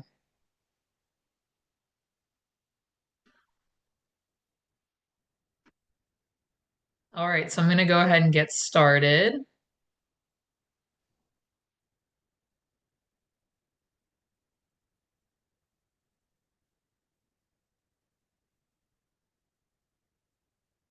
All right, Yvonne. Okay, so all right, Yvonne, what topic do you want to answer some questions on?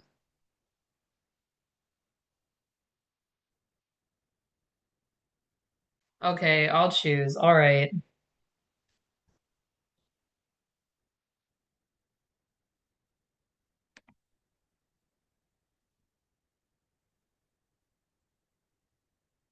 Are you all caught up on the homework, Yvonne?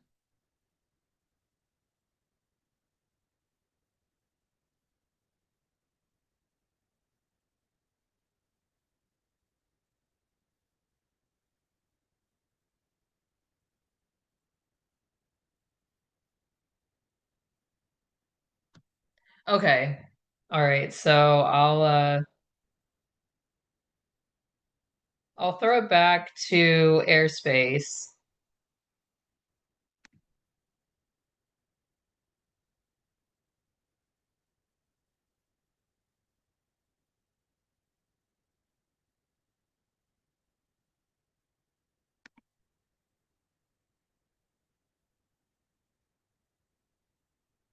All right, so your question is below 10,000 feet MSL, what is the minimum visibility and cloud clearance for VFR operations in Class E airspace?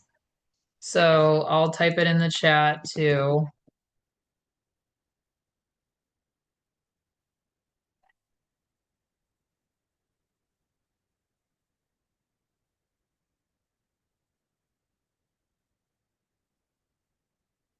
So your visibility and cloud clearance.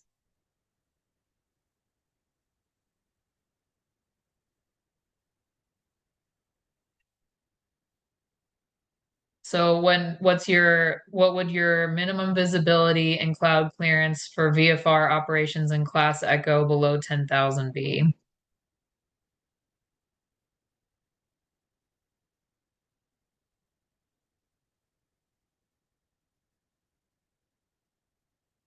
I just noticed I spelled visibility wrong.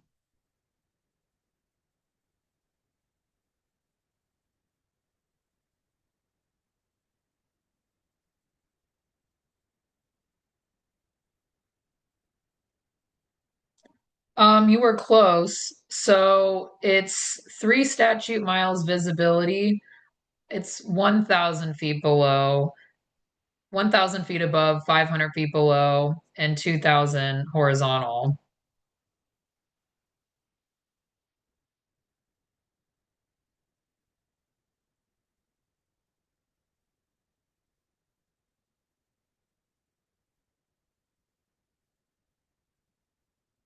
Does that make sense?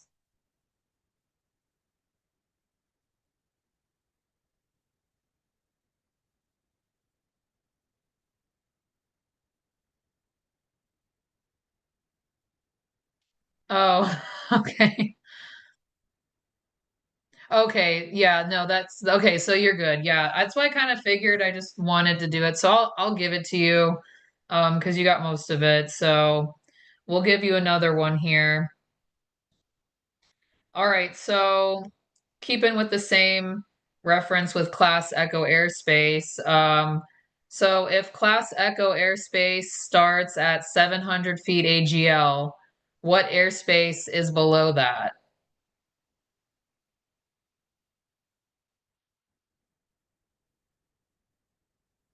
So what airspace is below Class Echo? Yeah, good job. All right, so for Yvonne, congrats. You won a test prep book. Um, and I'll have Nick get with you and I will have him send you that.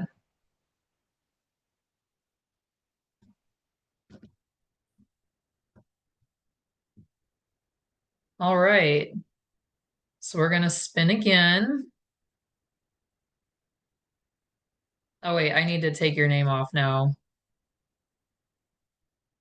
All right, Mark, you're up.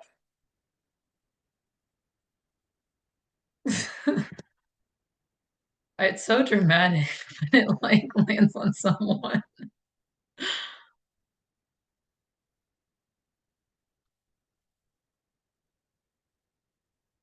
All right, Mark, what topic do you want?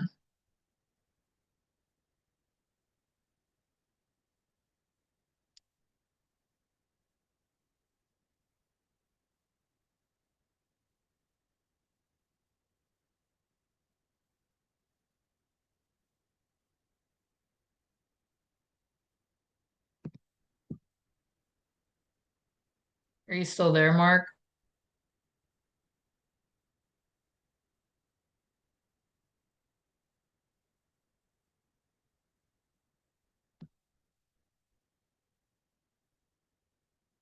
Operations of aircraft systems. Okay.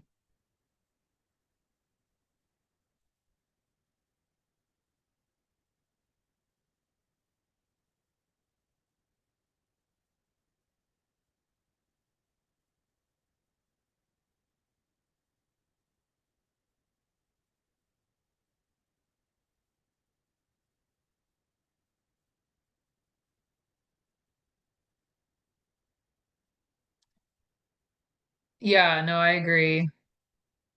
Do you have a particular system you want me to pull from?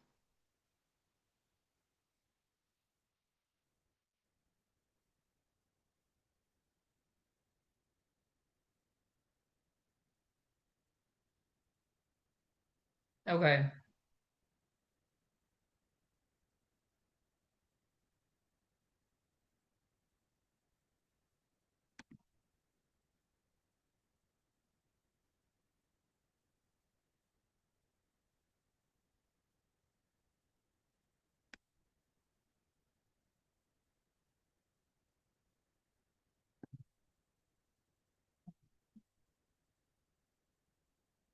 So, what is the advantage of an aircraft with retractable landing gear? And I'm going to give you, let me type out let me stop sharing my screen really quick and I will share your answer choices for you. Just give me 1 second. I had it pulled up on my other computer and unfortunately it won't let me like copy and paste it. So just bear with me here.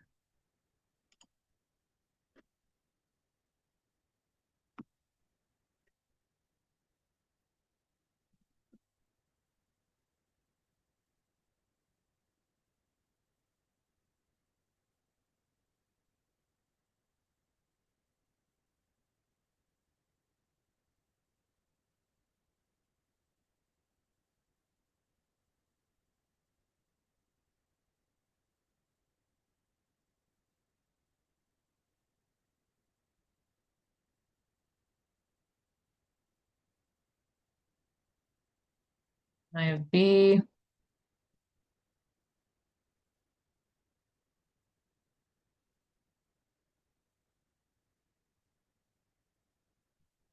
And then let me wait until I get C. Sorry about that. So those are your three options there. So it's either A, fuel savings, higher cruise speeds, increased climb performance, B, fuel savings, lighter weight, increased climb performance, or C, higher cruising speeds and better controllability.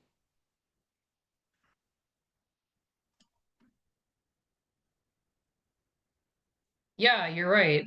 Definitely A. All right, let me pick another one. Do you still want to stay on the systems topic or do you want to go to another one? We can stay on systems if you want. Sure, okay.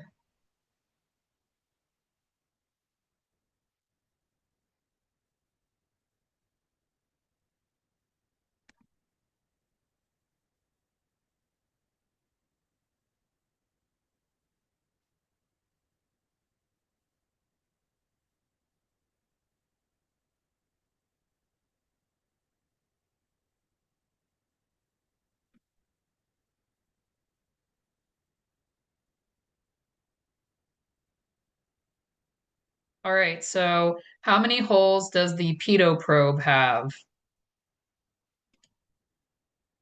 So your choices are A, which is two, B, which is three, or C, four.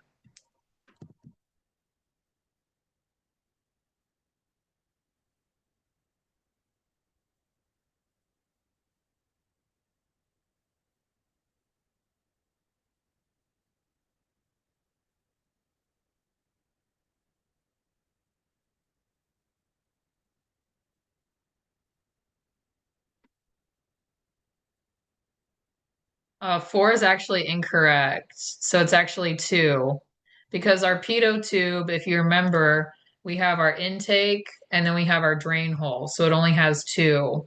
If you had a pitot mast, which is what you see on more Piper aircraft, those have three technically, because you have your static port, your your entrance, and then your drain hole.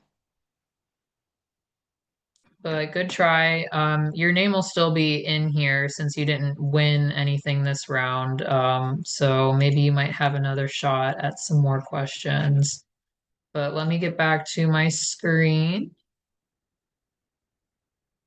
and let me share.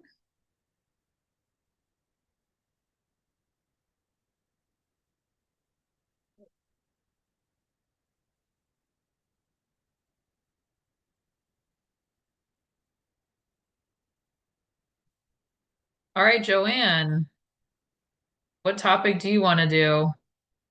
METARs. Okay, we'll do METARs because those ones are fun.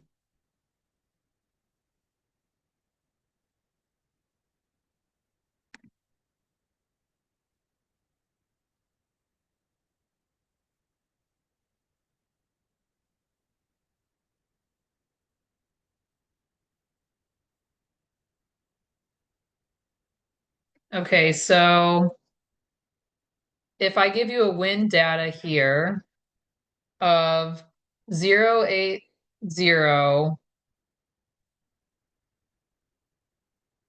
let's see.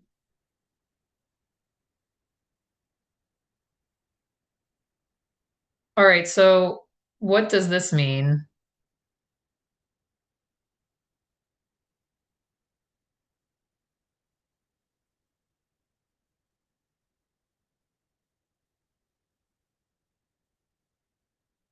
Yep, that's correct. And then you said a wind flag in knots. Let's see.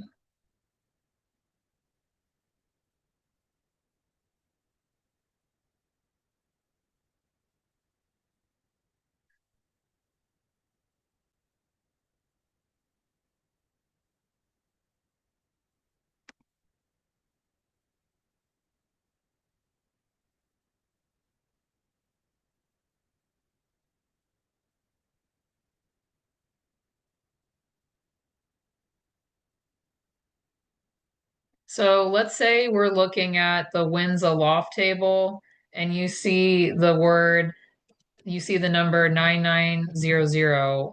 What does that mean? So you're looking at your winds aloft table and you see 9900. What does that mean?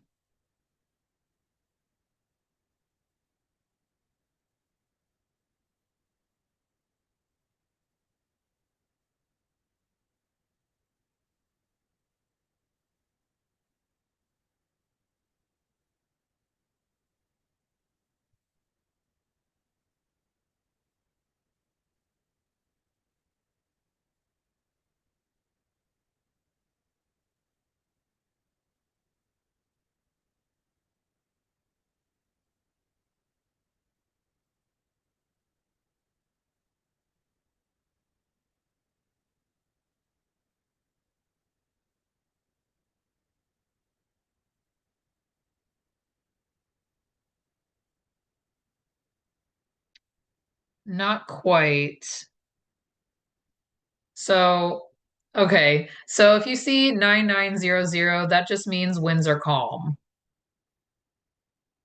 And that's all that means.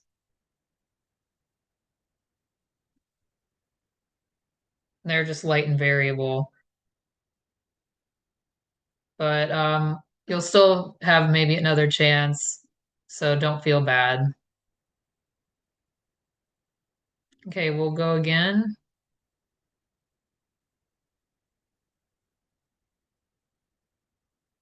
Jay, it's your lucky day.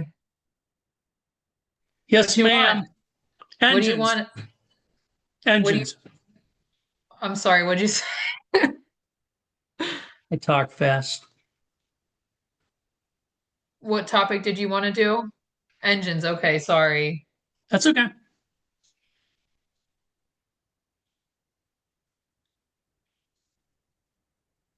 All right.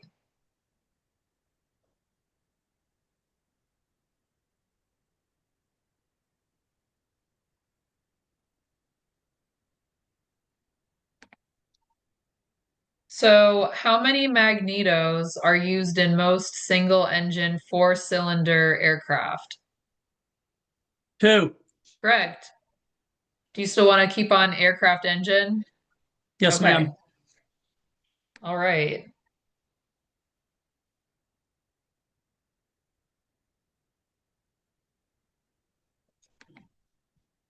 All right.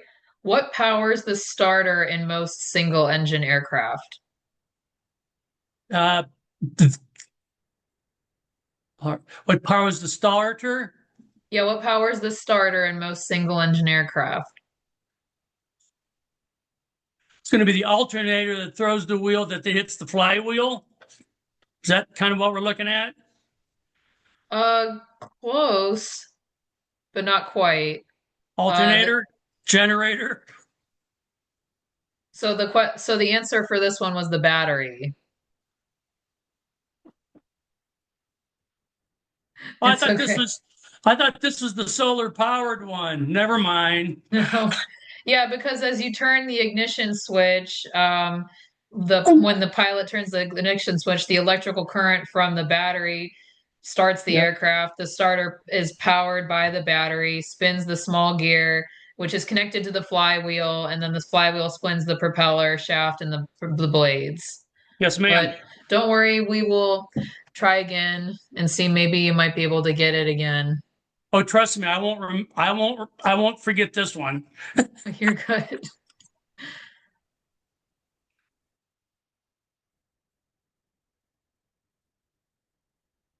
Darren, I'll stay with engines. engines, okay. All right.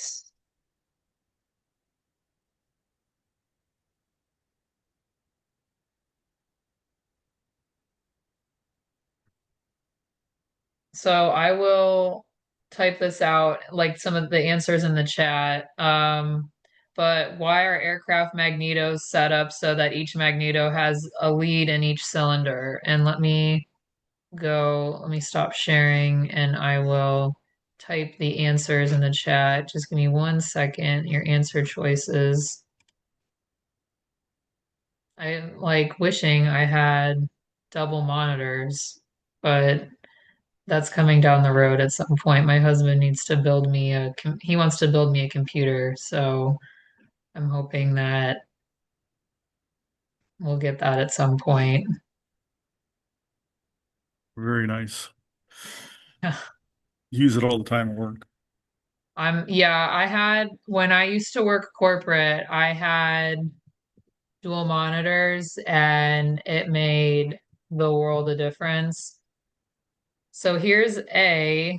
Let me get B.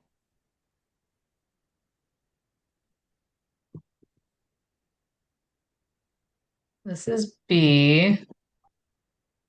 And then this is C.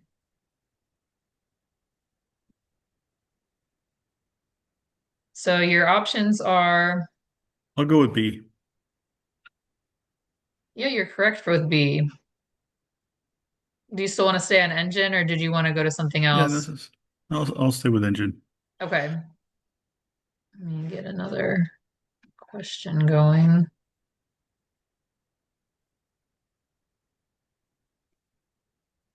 So why should a pilot always make sure the keys are out of the ignition when working near the propeller? And I'm going to give you your answer choices.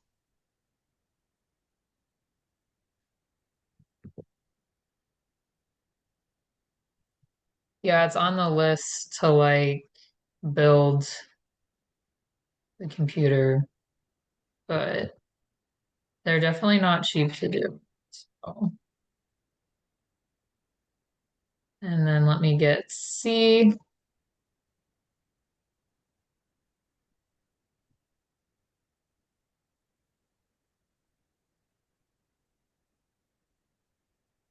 So it's either A, if the ground wire between the magneto and the ignition switch becomes disconnected, the engine could accidentally start and the propeller is moved with the fuel in the cylinder. B, older aircraft have been known to randomly start when keys are left in the ignition. Or C, keys left in the ignition can drain the aircraft's battery, causing the aircraft to be incapable of starting. So what was the question again? I mean, I think I know. But So why are the aircraft magnetos why should a pilot always make sure the keys are out of the ignition when working near the propeller?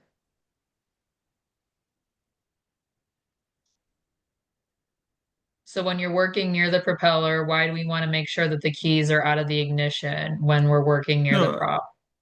yeah, it's kind of interesting because if it A doesn't make sense in the sense if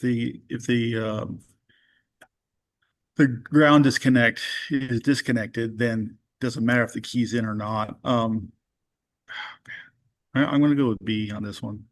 Okay. It actually was A. The thing is, if the ground wire between the magneto and the ignition switch becomes disconnected with the key on or off, it can still start. Yeah, That's because there's yeah, hot because I spots had on that could start it, like yeah. the carbon deposits. So that's why. Yeah, because I actually had this situation happen where the magneto ground wasn't, um, it was disconnected. It had debris on it, and I would turn the key off, and the engine would continue to run. Yeah, so that's why even if you take the key out, you always want to treat the prop like it's hot because they could Correct. have like a Yeah, carbon deposit on it. that's fine. Um, I just thought it was I was like, this is a trick question because yeah, the magneto is an independent system of the ignition wire, or the key has nothing to do. What all it does is engage the ground, so it can't spark. Okay, that's fine. No worries. sorry. We'll That's try okay. again. Maybe we'll get another one. And Um, don't feel bad, guys. This is why we're here. We're learning, so and thank it's you. been a while since we've covered, yeah, it's been a while since we've covered these. So, and that's why it's very like if you have to move the propeller for whatever reason, like try not to, but like if for whatever reason you have to, like just be extremely careful. All right, let's see.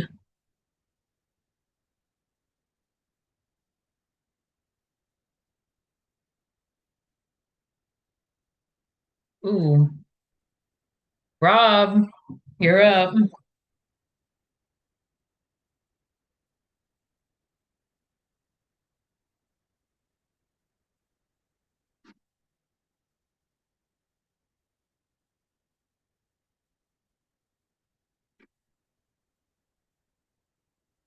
Okay, I'll choose. Let's see.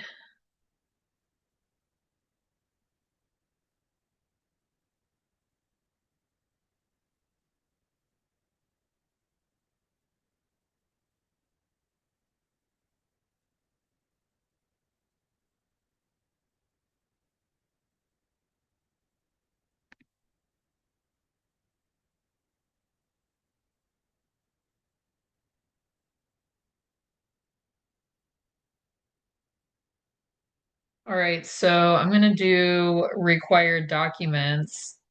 So this pertains to the documents needed for the aircraft.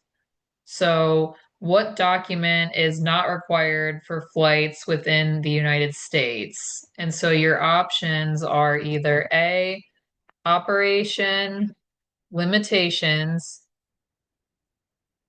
B, radio operator's license. If I can spell license. Or C, airworthiness certificate. So which is not required within the United States?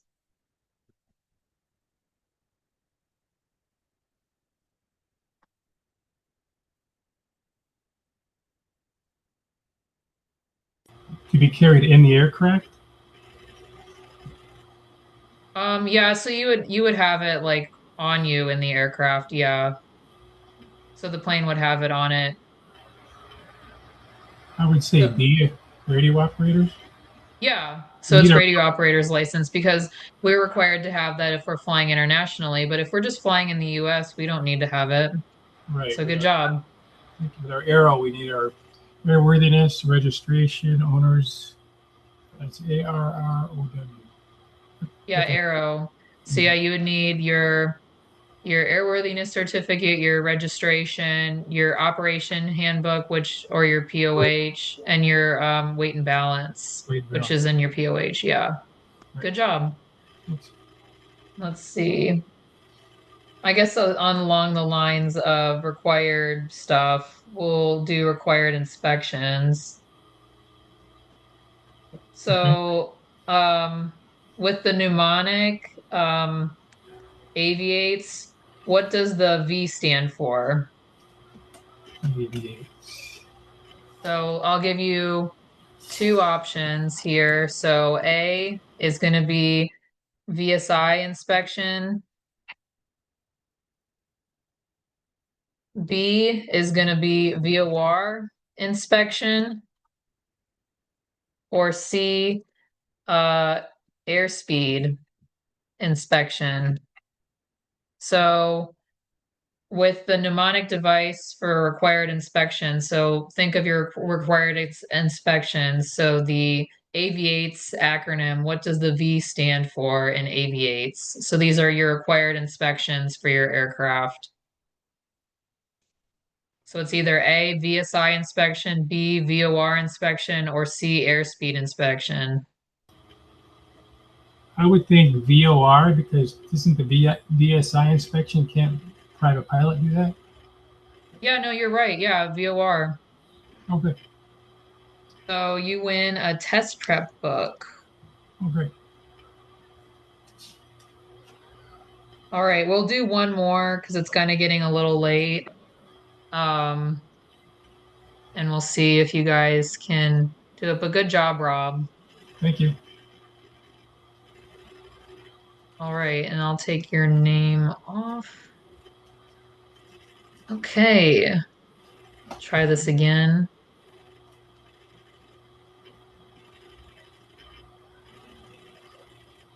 All right, John. All right, let's go with, we'll challenge myself here with wake turbulence and ground effects. Okay. That was kind of tough for me, but That's all right. Yeah. All right.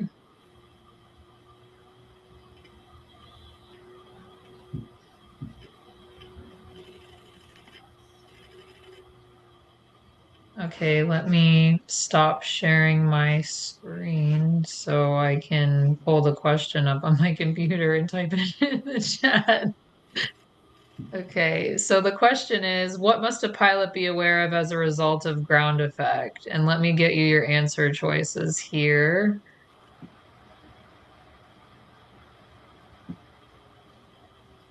No, sir.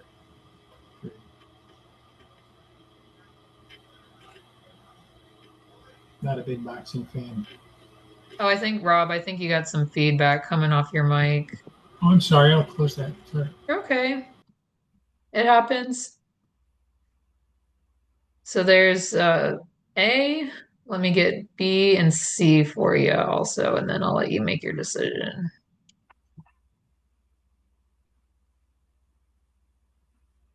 There's B. Let me get C.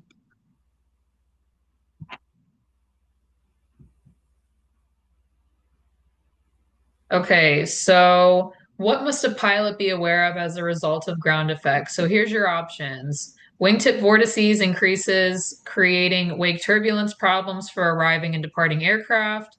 B, induced drag decreases, therefore any excess speed at the point of flare may cause considerable floating. Or C, a full stall landing will require less up elevator deflection than would a full stall when done free of the ground effect. B on that one. Yeah, you got it. Good job. Yeah, kind of hesitant to let it set down. I mean, if it's floating, sometimes you have the tendency to just kind of push the stick down and kind of force it down. Yeah. We can stick with that if it makes it easier. Okay. All right, we will go on to this one now. Wingtip vortices are created only when an aircraft is blank. So let me get your options for you. So this is going to be A. This is going to be B. And then this one is C.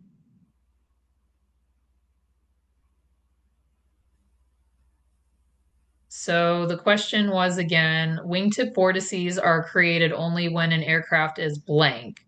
A, operating at high airspeeds, B, heavily loaded, or C, developing lift.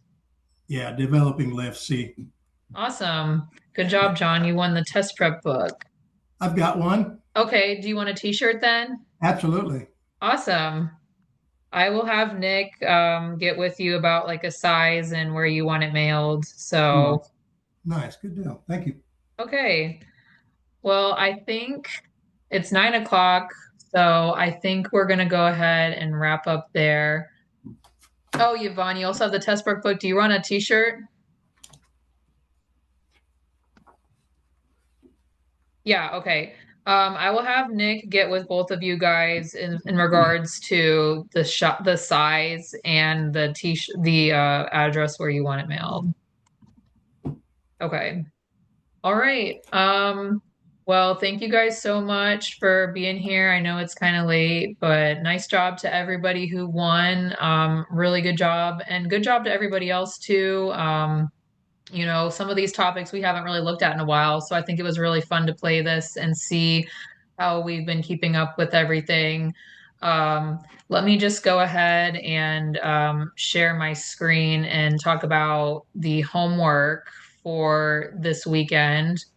So let me go ahead and share again.